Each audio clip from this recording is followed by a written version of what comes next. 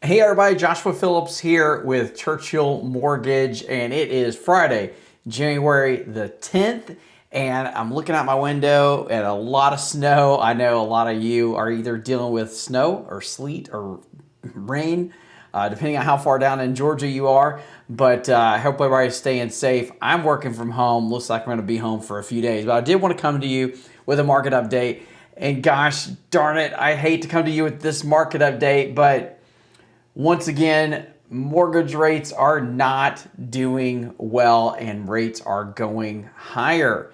I woke up this morning thinking about what is today's jobs report going to look like. When you're in the mortgage industry, you think about things like that when you wake up. And unfortunately, we got a really hot jobs report. I think it was about 250,000 new jobs created, much more than was expected. And as you can see in this headline on CNBC, 10-year treasury yields spike. This is not what we want. We want yields going down, not up, to the highest level since late 2023 after a hotter than expected jobs report. And there's another article I was looking at that says, this again gives the Fed pause on cutting the Fed fund rate this year. We may not see any cuts, although obviously the cuts last year didn't really help us. So man, we are getting a mixed bag, and there's some concern about inflation with these hot job numbers, and boy, what a mess. So let's come over here, and to be honest with you, I ain't really doing an update today because, who wants to share bad news? But this is a really bad day when we're seeing mortgage-backed security prices off 50 basis points. And again, if you're new to watching my videos, what we look at is mortgage-backed security prices on Japanese candlesticks. All you really need to know is that the higher the price of mortgage-backed securities, the better rates are doing, and the worse the price, the worse rates are doing, and green is good, red is bad. That's what you need to know. And boy, we are seeing just a big red candle today. That is not what we want to see. And frankly, since December 6th, we have been just in a downtrend with security prices and an uptrend with mortgage rates. And let's pull this back here to a 12-month chart. Geez. So again, if you've been following this, we saw rates go on a great run last year from April through September, just almost day after day, mortgage rates improving.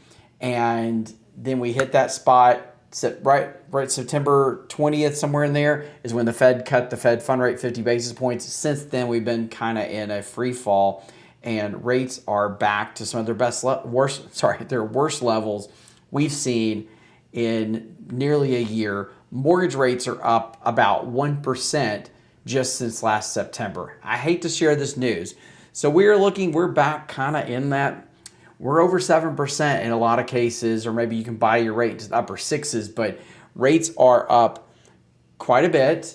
Now, still better than where we were late 2023 when we got up over 8%, but we may be settling into this low sevens, high sixes range this year. So as much as I hate to share that bad news, I think it's important to keep it honest with you guys.